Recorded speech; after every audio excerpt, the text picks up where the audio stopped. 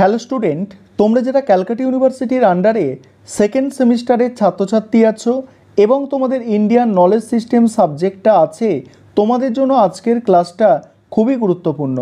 আজকের ক্লাসে তোমাদের একটি মক টেস্টের প্রশ্নপত্র নিয়ে আলোচনা করব।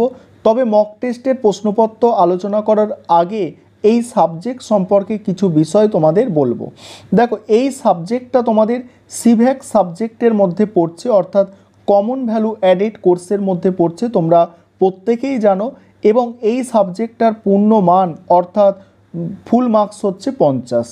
এবং এই সাবজেক্টটা সম্বন্ধে ক্যালকাটা ইউনিভার্সিটির যে নিয়ম, অফিসিয়াল যে নোটিশ, সেখানে লেখা আছে যে এটা 20 নম্বরের এমসিকিউ প্রশ্ন থাকবে, 20 নম্বরের এমসিকিউ থাকবে এবং 30 নম্বরের থাকবে বড় প্রশ্ন, যেটা এক একটা প্রশ্ন 2 নম্বর করে 15টা প্রশ্ন থাকবে।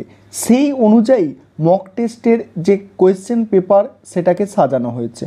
তবে এক্ষেত্রে কিছু কিছু কলেজ কি করছে, কিছু কলেজ করছে কি যে কেবলমাত্র এই সাবজেক্টটার ওপরে এমসিকিউ কোয়েশ্চেনে পরীক্ষা নিচ্ছে, বা কিছু কলেজ এমনও করছে যে 2 নম্বরের প্রশ্নের ওপরে পরীক্ষা নিচ্ছে।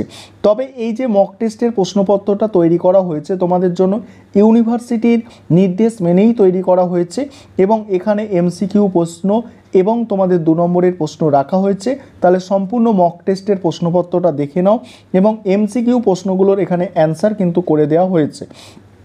যেমন প্রথম প্রশ্ন আছে, ভারতীয় জ্ঞান ব্যবস্থার মূল ভিত্তি কি? অ্যান্সার হচ্ছে বেদ।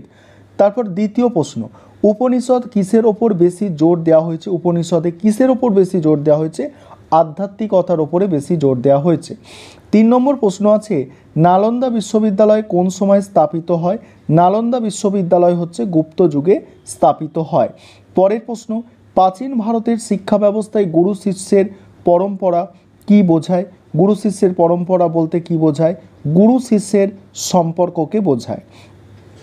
পরের প্রশ্ন, ভারতীয় জ্ঞান ব্যবস্থার বৈশিষ্ট্য। ভারতীয় জ্ঞান ব্যবস্থার বৈশিষ্ট্য হচ্ছে তত্ত্ব এবং ব্যবহারিক জ্ঞান। তারপরের প্রশ্ন, প্রাচীন ভারতে প্রথম বৃহৎ সাম্রাজ্য কোনটি?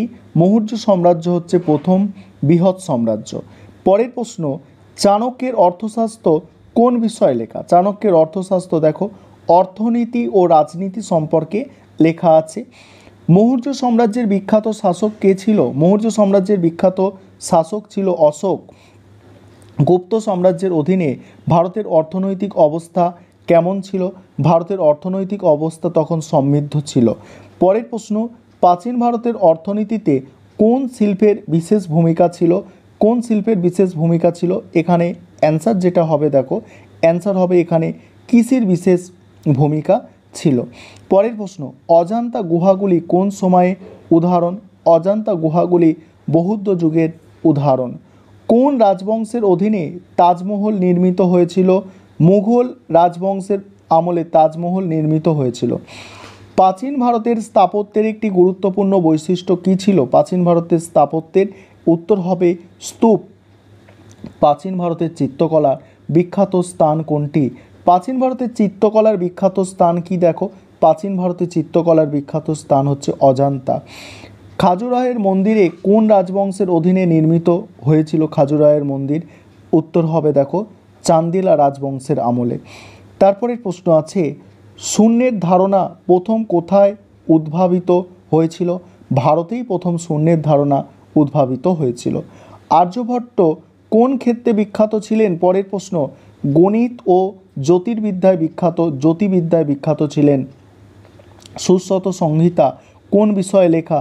সুশ্রুত সংহিতা দেখো কোন বিষয়ে লেখা? চিকিৎসা বিষয়ে লেখা। চক্রবর্তী কে ছিলেন? একজন বিখ্যাত রাজা ছিলেন।